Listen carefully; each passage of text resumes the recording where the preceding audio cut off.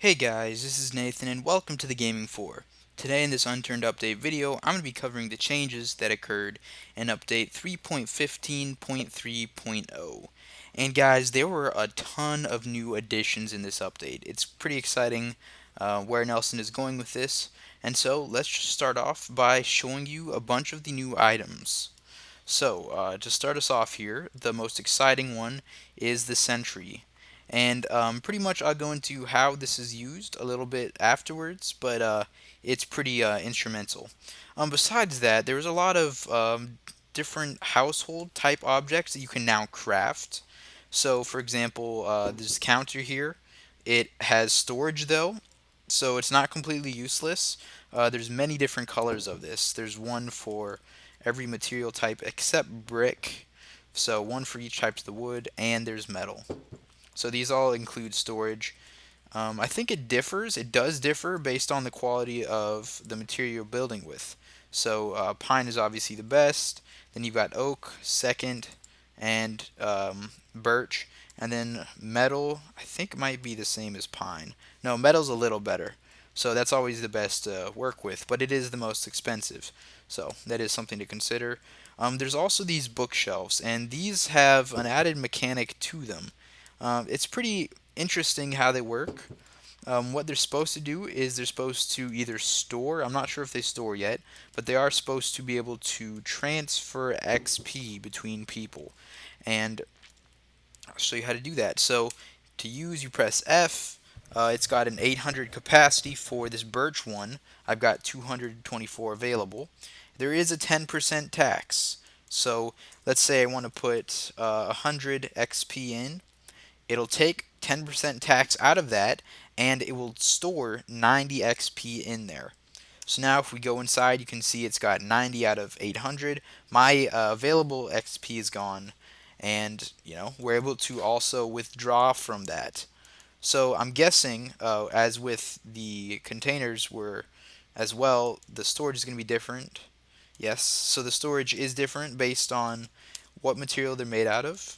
As you can see, the respective sizes are 1200, 900, no, 1200, 1000, 900, and 800. So obviously you can hold more XP with the better materials.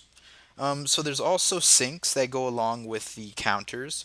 I'm not really sure why he added so many household materials. It just seems kind of weird that all of a sudden he would add these as being craftable. But I guess it pretty much just allows you to decorate your homes much better. So I understand why he does it that way, I guess. There's also a stove. I must have dropped one of those sinks because it disappeared. But they do have the storage as well, relating to what quality the material they're made out of. Um, oh, you can light this stove. Just a second. I think I've got my particles. Alright, I'm not quite sure why the particle effects, if there are any. I'm actually not sure if there's supposed to be like flame on the top of this. While it's lit, you can't get hurt by it. But I'm assuming that when you're crafting food, I don't have any food materials, it will act as a fireplace for you. Now, of course, I haven't checked the recipe itself, but I'm guessing it's quite a lot more expensive. But then again, it does look like it's made out of metal, and you can't hurt yourself by jumping on top of it, so it's a lot safer in that respect. And yeah, so anyway, that is also one of the new objects. Another new object is this lamp. And as you guys see when I was placing it down, it does take power. And I can't turn it on right now because the generator is not filled. I will turn it on in a bit. We also have a refrigerator here. This includes storage. Obviously, it's differently shaped storage, shaped like you would expect a refrigerator to hold. So that's pretty much it for most of the household items. Another thing that's included is a cot. This works like a normal bed. You can claim and unclaim it. It's just a little fancier. There's also a couch, and that's pretty much just for decoration. And so far, there's only one color couch, so there aren't anything else so far, but I'm expecting maybe in the future he may try to add other colors. I'm not sure how he'd be able to distinguish which color you'd want to craft. Maybe by berry color. You could use them to dye stuff. Um, but that's not for sure, guys. That's me speculating. So hopefully in the future he'll maybe add that, and that would be really cool.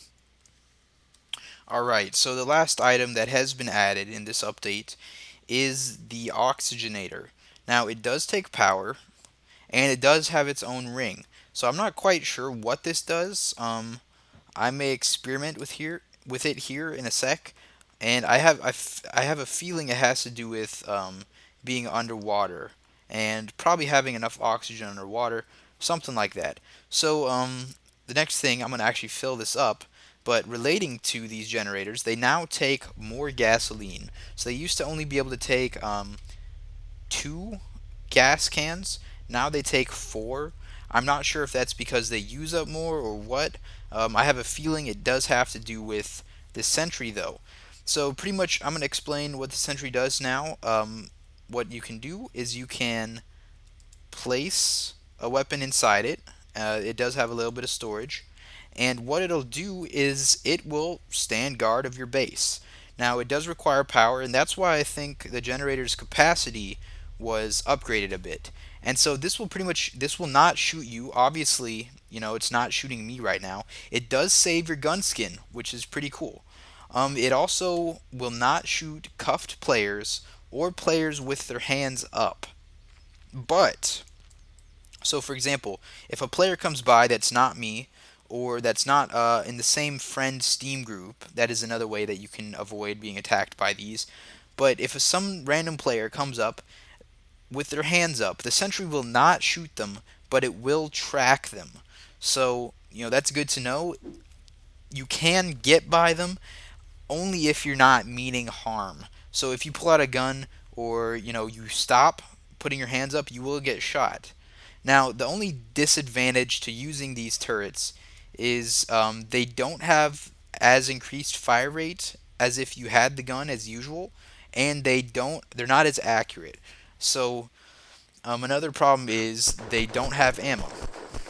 So as you can see, the range is pretty far, and it does make noises when it targets a zombie. I wasn't quite sure what it was going to do, but as you can see, it's pretty accurate. It does a good job. The only problem with this gun, as I mentioned before, is that it doesn't reload. So let's say, I wanted to reload it. I'm going to have to reload it manually with my own ammo and then place the gun back inside if I don't stop dropping it. So yeah. And also, Nelson mentioned this sort of system makes these LMGs with lots of ammo that are generally not very nice to use. Actually, in survival, it makes them pretty useful because now the Nikarev with a 200 round clip can just sit here guarding even while you're offline. So it just makes it extra special. I'm gonna attract some zombies here, and I will bring them to the turret, and we'll see how effective it is. Alright, so I've gathered a decent group of zombies here from the town. As you can see, the range of this gun is pretty phenomenal. In terms of damage, it does not friendly fire. And, it's pretty effective. It doesn't go through ammo that fast, which is actually kind of nice.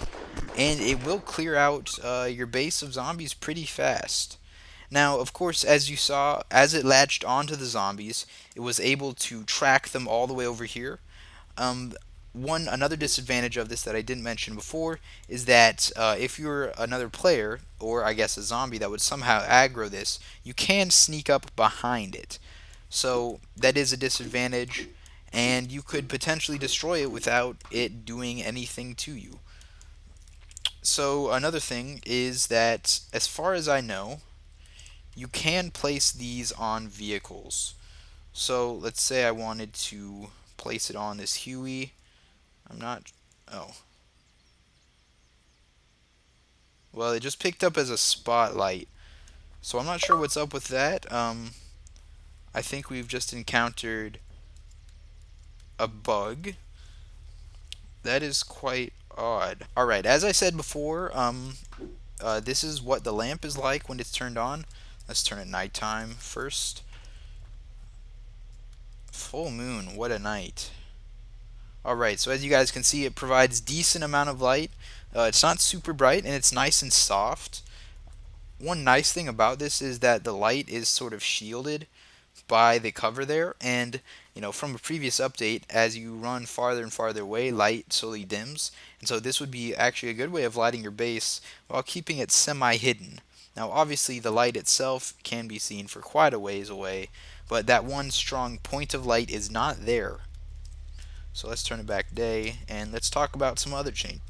So another thing that was added to this update is the ability to have non-grenade explosive um, death messages. So before, if you got killed by pretty much any explosive, the game would pretty much just say killed by explosive or killed by grenade, something like that.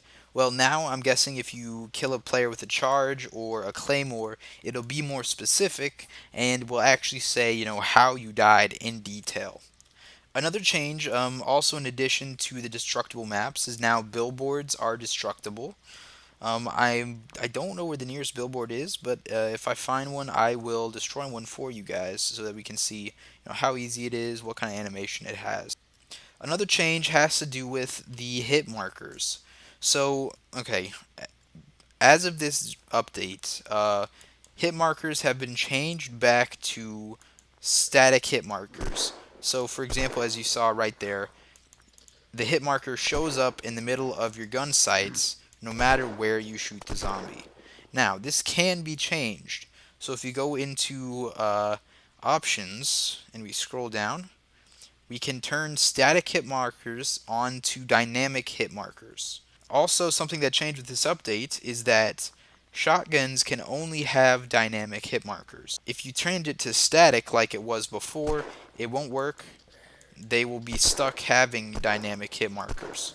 And I can see why Nelson added this sort of backwards capability, just because some people probably don't want the dynamic hit markers. It can be kind of confusing, but I think it's a good addition overall, and it's a good idea to be able to choose between which one you want to have and what want to use. Since I'm using a Nycrev, I might as well mention this. Nycrev accuracy has been decreased a slight bit, and Dragon Fang accuracy has been increased. So I think the main reason for that is just because the Nycrev had a crazy ammo update, and the Dragon Fang was sort of left with 150 rounds instead of 200, and so I guess Nelson was trying to balance that out and sort of made the Dragon Fang more accurate. So I'm not exactly sure how drastic the changes are, but I'm sure it's going to be noticeable. Alright, so the last thing I have to mention has to do with the ship object. So in the past, the ship object number 1 and ship number 2 were exactly the same color. This was really just more of an interesting thing to me. It doesn't really change that much, except now that there is a red ship, which is pretty cool.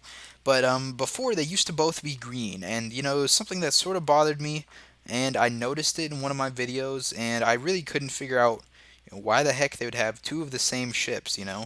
And so I think there was a little bit of a size difference. It's hard to tell, but it doesn't look like there is anymore.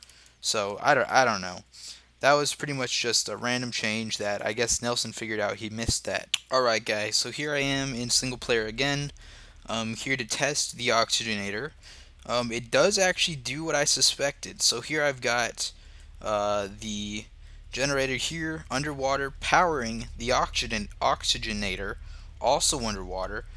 Currently I'm within the oxygenator's range, and as you guys see, my bubble, my air level is not actually decreasing. So pretty soon here, when I start getting out of its range, I should start losing oxygen, and as you can see, I do.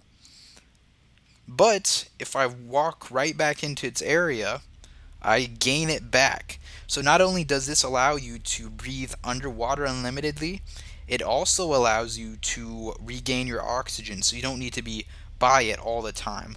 And so pretty much, I mean, just one implication that I'm thinking of right away is now underwater bases are definitely possible.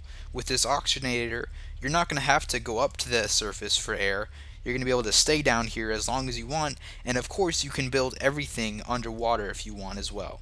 So this is just another cool addition to the game. This will definitely enhance survivability, and it's going to be amazing to see what people do underwater now. So anyway, guys, that's pretty much it for this update video. Obviously, there's a lot of changes and a bug.